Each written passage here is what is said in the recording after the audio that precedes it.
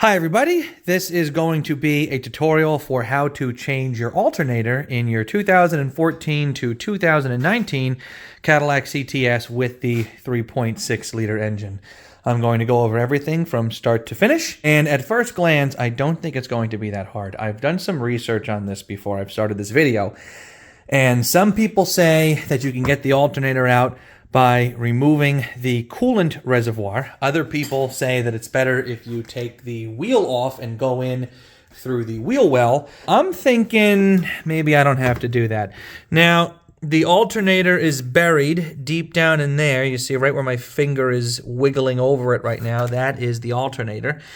It is deep, and there really isn't a lot of room. There are 3 bolts that hold it on. The first bolt is actually right here. Let me back up because it's a little bright. Let me focus. The first bolt is like right where my finger is, like right here. There's another bolt. It's kind of hard to see, but it's like, focus. It's kind of hard to see. It's like right off to the side, like right next to it and underneath that bolt.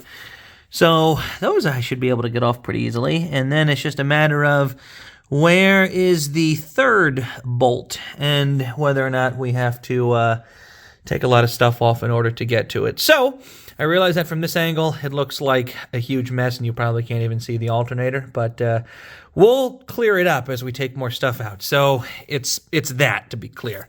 So step 1 is all the decorative covers have to come off. This one here, so I could, see the whole front part of the engine. Obviously, the air intake is going to come off. I don't think the airbox has to come off. We're going to leave that. I plan on taking these decorative covers off here. You just get a flat head. You could pry up the clips. Just be careful and remember where you put them. And this whole thing just pops right off. It's segmented in 2 parts. So this seam here, you just got to pull up the little... you just have to pull up this rubber strip. This whole piece here in the front comes up in 1 part. So I will do that, and I will cut back when I have all this stuff off. Okay, so we've removed all of the stuff that we wanted to remove. The decorative cover, the air intake, and the decorative cover at the top of the engine, and we have put them off to the side. So now that gives us a little more room to look inside to see what else we have to remove to get to the alternator. Now, there is this in the way that we do have to remove because the alternator is right behind it.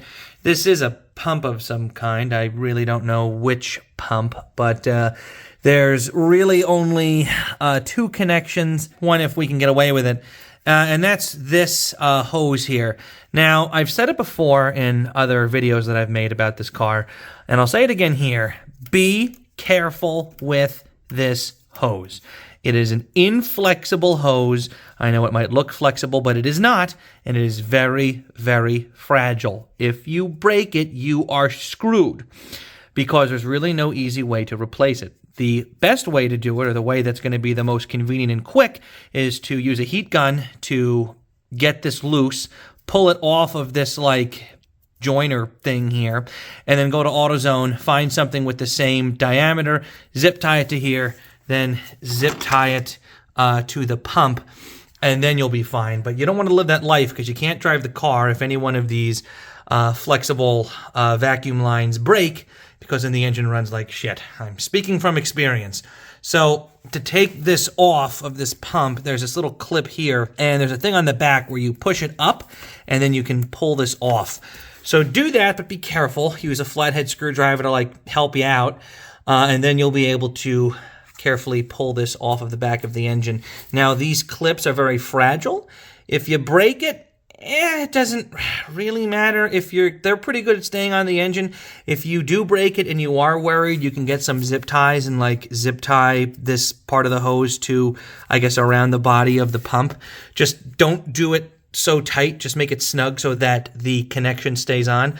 Because again, these are incredibly fragile. So I'm going to take this hose off and then come back, and the next thing that we're going to do is we are going to get this guy out of the way. Okay, so we got this pump out. We very carefully removed this little guy right here, being extremely careful not to break this incredibly fragile flexible looking but incredibly inflexible pipe as we did it. It's just always good to inspect your work after you do something like this. I might remove this cover to make sure that I didn't stress anything out. But on the whole, I think this looks good. I was very gentle with it, and it came out all right. There is also this electrical connection. All you do is push on this top piece here, and it comes right out super easy. Both of the bolts, this is a 10 millimeter for the smaller one. This is an 18 millimeter for the longer one. It is longer than you think. So, actually, I could show you that's longer than you think because it's right over here. So, yeah, so now this thing is out, so just pull it out of the engine and put it somewhere that you're not going to lose it. I'll put mine, I guess, over here. I'm not going to miss that. And now we can see even more. There is the alternator right there, clearly.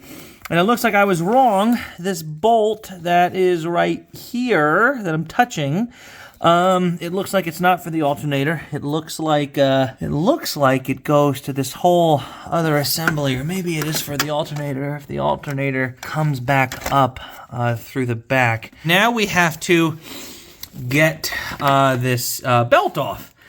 So in order to do that, there is the tensioner pulley right here. These are super easy. All you have to do is shove a socket wrench into it.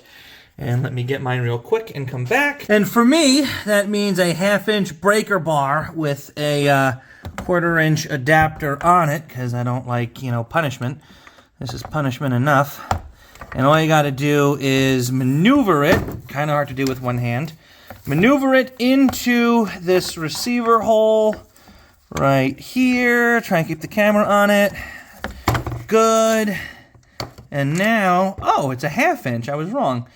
So my 1/4-inch is slipping. Let's switch to the 1/2 for a second. I have an SUV that is a lot heavier duty than this car, and it uses a 1/4. Let's see if I can get you in there. Oh, it is. Cool. Whoops. Again, this is hard to do with one hand. Sorry for the issues with the focus. All right. Just shove it in there as best you can. Stupid ball is going to give you trouble. You could also rent an actual one of these from like AutoZone or whatever, but I have the breaker bar, so who cares? And once you get it in there, you just turn it out of the way. And if I had to guess, it's probably this way. Yep, see, so you turn it, and then that releases the tension on the belt. You can come over here to the alternator. Boy, this is going to be hard to get on camera, but you come over to the alternator, and now with it loose, you can grab it and slip it over the pulley. Oh, man, this is taking up. Oh, shit, and there goes the phone.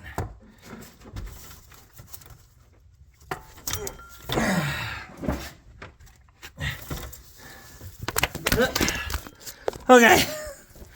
You can grab it and slip it over the pulley. So I dropped my phone at the pivotal moment, but now the belt is off, and you really don't have to worry about taking it off the rest of the engine. If you do, what I like to do is I like to draw a simple diagram of all the pulleys. I represent them as circles. I just kind of draw a line around where they go, but we're not going to be removing this whole belt because we don't have to, because everything is pretty much out of the way now. So we'll just kind of push this off to the side. And yeah, that's it. So now we can start taking this apart, and we can really see what we're up against down here. So it looks like the other bolt is right where my finger is. I can see it and I can touch it. Its twin is up here, right where my finger is. I'm touching it, so it's there and there. I'm going to check on the new one to see if this is part of it or not. And if it is, I don't know. Maybe we don't have to take the wheel off to get to it. Wouldn't that be nice? The other thing that the jury is still out about is this giant coolant hose. Everyone who I've seen do this job, they pull the coolant hose off, and that just is a tremendous mess. I think the gap might be big enough to pull the alternator out, but if it's not, I don't know. We're going to have to see. This is the new alternator with all the bolts and stuff that it's going to have to follow. And this is the top piece that goes into the engine. At the top of the alternator, the bolt like hangs out here with a washer, and then it goes through here. This is that bottom bolt that we were looking at. And there is a third one, and it's huge, and it's buried. So using the new one as a reference on the existing one, so here is that top piece that we were just looking at. Here's the bolt for it right here. The other bolt is completely gettable without having to remove the wheel. It's like right at the bottom. I'm sorry if the light kind of sucks. I'm trying my best. Let me see if I can get the phone in here. It's right. The other bolt is right here at the bottom. That's the one that we were looking at. And the other one is hiding right here along the side. Now, the question of the day is, can we get that out without having to go through the wheel well, which is right here, which would mean removing the wheel and the dust cover, which is gonna suck because it's so many of those horrible clips. So I don't know. We have about this much space to work with.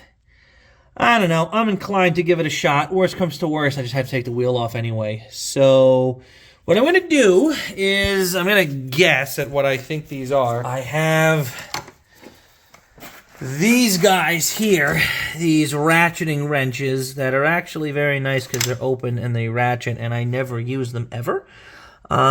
Today's the day that I might actually use them.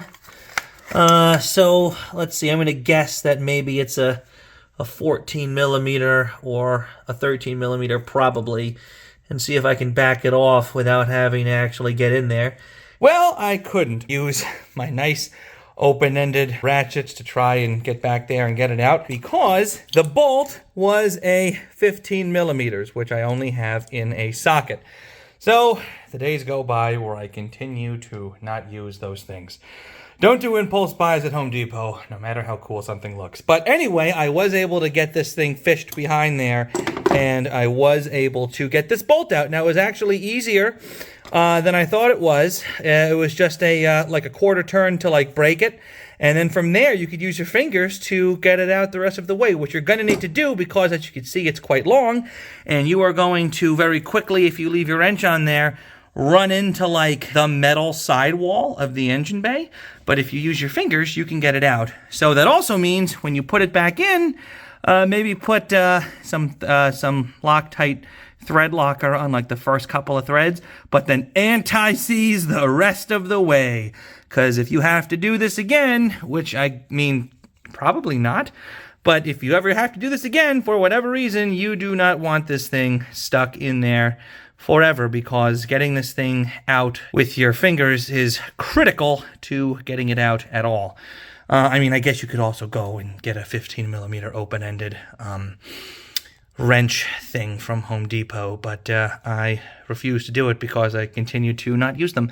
So anyway, this was the hardest bolt, so I'm going to get the rest of them out. Okay, so all the bolts are off of the alternator, and it is now loose in the engine bay, but we can't pull it out yet because there's two things that we have left to disconnect. The first one is, and you can see it right where my finger is going over it, that is a plug. And then on the back of the alternator, which is going to be really hard to show you, but in the back you can kind of see the wire. Let's see, there it is. You can probably see the wires right where my finger is over it. That is a wire that goes to the back of the alternator. Anyway, that one has to come out. I'm going to assume that that is the positive wire because the wire is super thick there. And if I had to guess, that plug there is a sensor wire that we have to undo. So, yeah. So we are going to undo both of those things. I'm assuming the positive lead is held in with a bolt. We will find out which one it is. And we'll pull it out. And then with both of those out, I'm going to try and pull the alternator up through the top of the engine. without disconnecting this hose, and I think I might be able to do it. Oh, also, speaking of hoses, I did have to disconnect the radiator overflow hose, only because it was, like, in my way, and I needed to, like, make it not be in my way anymore. All right, I am going to pull the alternator's two last connections out, and then I'll pull the alternator itself out of the engine, and I will cut back when that is done. We got the old alternator out, and importantly, I am happy to report that I was able to do so without disconnecting any of the radiator hoses aside from the overflow one right here. So that just makes me so happy, and I didn't have to go through the wheel well either, like so many other people did in their videos. That just seems like a lot. But the alternator is out. This is now an empty hole that we can replace with the new one, and all is well. Now, I really don't see a point to doing all of this again on video, because it's literally, not to use a cliche, but like putting it back together is the same thing but in reverse. But I will go over it before we end the video. This is also a great time to look at your two new parts and make sure that they are in fact the same. They're not going to have the same part number, because this is like a Duralast one from AutoZone, and this one is, I guess, the AC Delco one that came with the car. It's got the little GM sticker and part number on it, but the part numbers aren't going to be the same. But just look to make sure that like the holes look about the same, and like everything lines up where you're supposed to see it. One thing that I'm seeing on this new one is it has this little screw guy here, whereas the original one doesn't. But at the same time, it doesn't look like it's going to affect this lower bolt much at all. If I had to guess, they put this here to make this replacement compatible with more models, which is fine. As long as you can get the ratchet in here and do a good job on it, it's not going to be a problem. But just make sure that everything is the same. Make sure the plugs look the same, and they do. So that's good. Just make sure that everything looks good. So, like I said, I'm not going to show the install process of this thing, because it's literally, again, like the same thing but in reverse. So I'm just going to put it back in, but I'm going to start by reconnecting the main hot lead back here. Then I'm going to do the sensor wire here. Then I'm going to pick it up and put it on the side of the engine. I'm going to try and get the top bolt in first, because I feel like I'm going to have a lot of control, because it's best to do the top bolt first, so you could use it like a hinge to line up the ones on the bottom. Don't tighten this all the way, or you're going to make your life very difficult for no reason. Just get it on there hand tight, and then get the other ones on there hand tight. Then you can go in and get them fully tight. Torque specs on this, I don't have them. I don't even think I could fit a torque wrench in here to do it. They felt snug, so just get them snug. Just turn them until they don't anymore, and give them a good, like, you know, snugging. If I had to guess, this is probably in between 10 or 20 foot-pounds. It was not hard to take off. So, yeah, I'm going to put in the new one, and I'm just going to jump back when it is in and done. Okay, and the alternator is back in. I'll move the little hose out of the way. Oh, man, was that tough. If you see a little pink on it, yes, that is antifreeze, because I also put back on my coolant overflow, and it dripped a little on there. I really don't think it matters, so I'm not going to care. But it is done, it is back, it is in. Oh, and everything has been reconnected. So the only thing to do is, this is the section of the belt that goes over it, is to use the breaker bar, or if you're using a socket wrench, to move the tensioner pulley over so you can get the belt around that pulley for the alternator, and you are done. After that, all you got to do is put back on your air hose and your decorative cover and the top of the engine's decorative cover, and that is pretty much it. And you can start the car and see how everything works. It's probably going to work great. And then you're done. That concludes this tutorial. I hope you have found it both helpful and informative. Have a great day.